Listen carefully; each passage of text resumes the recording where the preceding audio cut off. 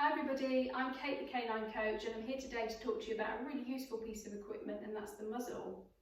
I'm quite passionate about muzzles, largely because my own dog Bee, who you can see behind me here, wears one when she's off the lead. I'll come on to why that is in a short while. But there's a lot of negative stigma around muzzles and I want to try and alleviate some of that if I possibly can. There's a number of reasons dogs might wear a muzzle. Of course, it could be because the dog is liable to cause injury to another dog or even a person.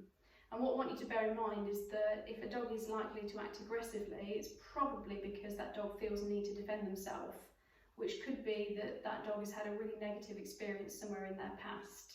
Other reasons a dog might be wearing a muzzle include required by law. It could also be that the owner is training the dog to form a positive association with wearing the muzzle, which is something I'd recommend all owners do, and I'll come on to how you can do that in a little bit. It might be that the owner has recently acquired the dog from a rescue organisation. Now, a lot of rescues now will recommend that a new owner muzzle their new dog for at least the first few weeks of ownership. And that's just while the owner is getting accustomed to that dog's behaviour and how they're likely to react in any given situation. So that's just being sensible and being a responsible owner. Now, I also know a lot of Labradors actually who wear a muzzle when they're out walking because they're likely to pick up any discarded food remains or even feces of other animals while they're out walking, and that can make the dog quite poorly, so their owners muzzle them to prevent illness. Another reason that you might see dogs wearing a muzzle, greyhounds particularly, is that they're likely to chase down small animals. Now, a lot of dogs will chase small animals, but the difference with greyhounds is that they're trained from a young age to do it, and they're actually quick enough to catch the animal where a lot of dogs wouldn't be. And that's the reason that my own dog Bee wears a muzzle when she's off the lead, is to protect any small furries that might be hidden in the hedgerow or off out over the fields. Now, of course, when you see somebody walking down the street with a dog who's muzzled and you don't know the reason that that dog is wearing a muzzle, you should of course give them a wide berth. They're probably in training and would really, really appreciate you giving them some space to do so. So a little bit of science for you. Dogs have two parts of their nervous system. They have a central nervous system, which is where decisions are made, so that operates the brain and the spinal cord. And they also have a peripheral system which operates the subconscious functions of the body. So that's things like breathing, heart rate, digestive system and so on. The peripheral nervous system also operates the dog's fight or flight response. But when a dog is particularly scared or they're in sudden pain, they go into this survival mode, this fight or flight. So that means that the actions of the dog then become subconscious. They're no longer decisions that are made by the brain. And that's why even the friendliest dog, who you would always think could never hurt a fly, may be potentially dangerous to people trying to assist it in a situation where it's in pain or where it's scared. So an example of that might be, it's turning into a nice afternoon, but this morning it's been raining. So the grass is still wet, and let's say I let the dogs out to play in the garden this afternoon because it's bright and sunny, but the grass is still damp and the dog slips over and lands awkwardly on their leg. They can't get up, they're in a lot of pain. You go out to try and assist the dog, you need to move them to get them to a vet, but all the dog knows is that every time you come near it, the pain increases. The dog's fight or flight response is kicking in at that point, and because they can't flee, they can only defend themselves.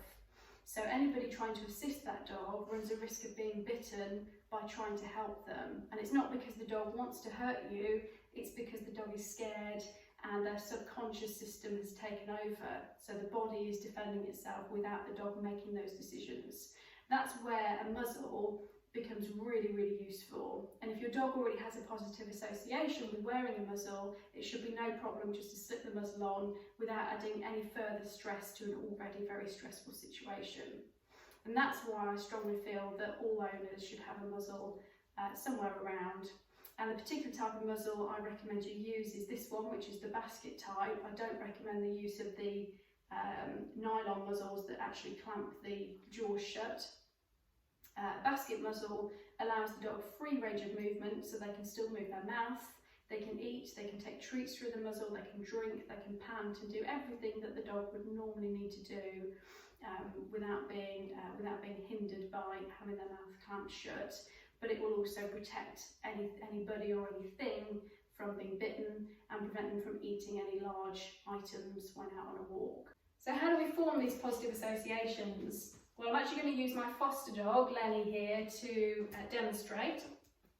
And what we can do is we can start by just simply having the muzzle near the dog's face, if they're comfortable with that. And what I want him to do is sniff the muzzle, so he just put his nose towards the muzzle, so I'm going to give him a tasty treat as a reward.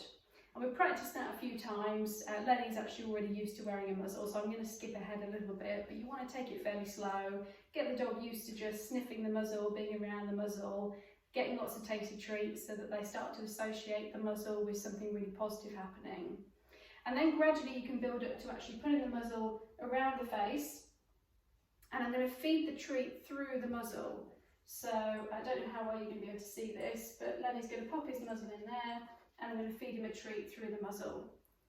And you can do that and then just slip the muzzle back off, pop it back on, do the same thing, repeat a few times. Gradually then, we build up to the dog actually wearing the muzzle for more sustained periods, and again you continue to feed some nice tasty treats, and that'll keep them really happy with wearing the muzzle. It would be a great idea as well to actually walk the dog wearing the muzzle so that they are again experiencing something that they enjoy while wearing the muzzle, but they're also getting used to wearing the muzzle for sustained periods. Hopefully you found this video informative and will perhaps think a little bit differently the next time you see a dog muzzled in public, or maybe even go out and purchase a muzzle for your own dog if you don't own one already.